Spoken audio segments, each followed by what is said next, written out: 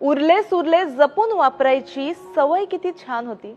उरले सुरले जपून वापरायची सवय किती छान होती.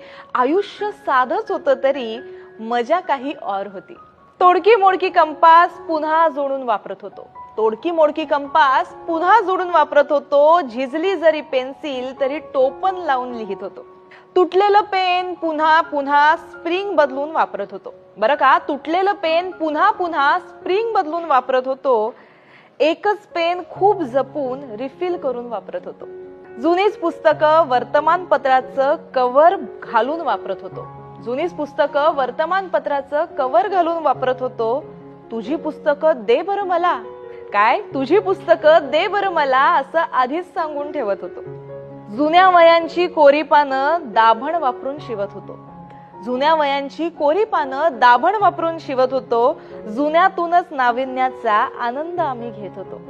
सायकलच्या जुन्या टायरचे गाडे आम्ही चालवत होतो. बरं का, सायकलच्या जुन्या टायरचे गाडे आम्ही चालवत होतो. तोल कसा सांभाळावा ते बेमालूमपणे शिकत होतो. फुटलेल्या फटाक्यांची दारू गोळा करत होतो. फुटलेल्या फटाक्यांची दारू गोळा करत होतो. उरलेल्या चिंध्यांचा मस्त गरगरीत चेंडू करत होतो. तुटलेल्या स्लीपरला पिन लावून वापरत होतो. तुटलेल्या स्लीपरला पिन लावून वापरत होतो. ध्येयाकडे न थांबता तरीही पावलं बरं टाकत होतो. फुटलेल्या बांगड्यांनाही वाया घालवत नव्हतो. लहानपणी आम्ही फुटलेल्या बांगड्यांना सुद्धा वाया घालवत नव्हतो. दगडांचा बच्चू तर फरशीची लगोरी करत आम्ही खेळत होतो. फाटलेल्या गोधडीला ठिगळं लावून सजवत होतो. फाटलेल्या गोधडीला ठिगळं लावून सजवत होतो. उरलेल्या कापडांना धाग्या दोऱ्याचं सांधण घालत होतो.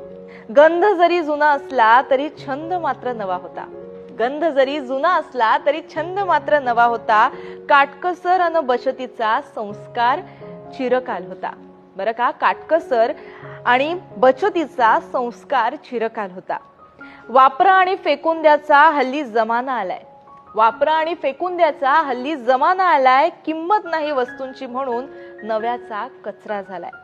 सुई धागा हरवला नाही पण तो हल्ली कोणी घेत नाही. सुई धागा हरवला नाही पण तो हल्ली कोणी घेतच नाही. फाटलेली नाती आणि वस्तू खरं तर कोणी शिवत नाही.